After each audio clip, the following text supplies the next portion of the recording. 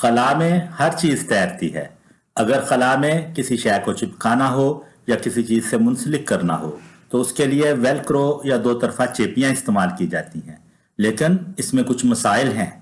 जिन सतहों को चिपकाना होता है उन पर दोनों तरफ चेपी लगाना पड़ती है, और इन चेपियों में मौजूद धागे भी वक्त गुजरने के साथ साथ कूड़ा बनाते हैं। नासा ने इसका हल छिपकली से सीखने की कोशिश की है, जिसको दो तरफा चिपकाव की जरूरत नहीं होती। खला में जमीन वाली कोई और चीज दुरुस्त से काम नहीं करती। ये एरन है, ये चिपकने वाले रोबोट्स के माहिर हैं। तो एरन, इस मसला का हल क्या है?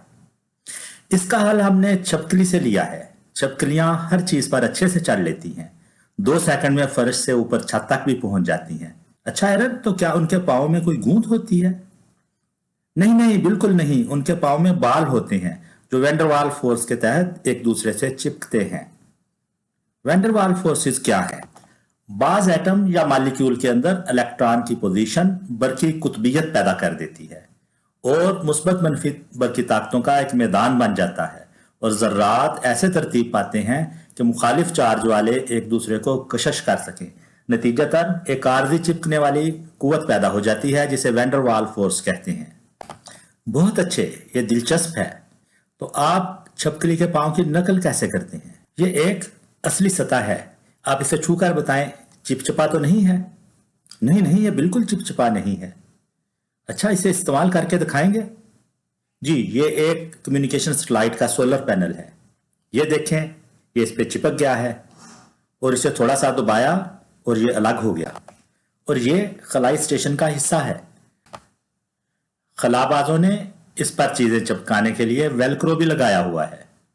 अब हमें इस दो तरफा चेपी वेलक्रो की जरूरत नहीं है। एक जगह चिपकाना हो तब भी चेपी की जरूरत नहीं है, दूसरी जगह चिपकाना हो तो तब भी दूसरी तरफ चेपी की जरूरत नहीं है।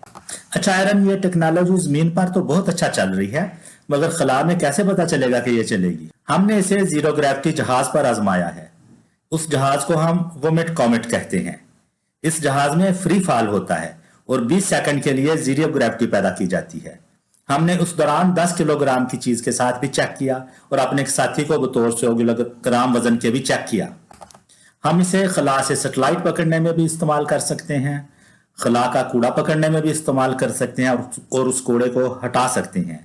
इस टेक्नोलॉजी पर हमने रोबोट बनाए हैं जो खलाई जहाज के बाहर भी रेंग सकते हैं, मुआयना और मरम्मत भी कर सकते हैं।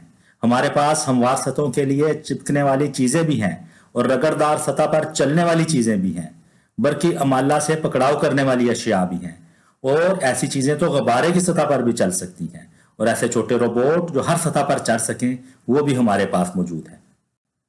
अरे भाई, मुझे तो यह सब बहुत हैरत अंगेज लगा। खला में हमें बहुत जल्द ये देखने में मिलेगा। ओ, कोई है जो मेरी मदद करे?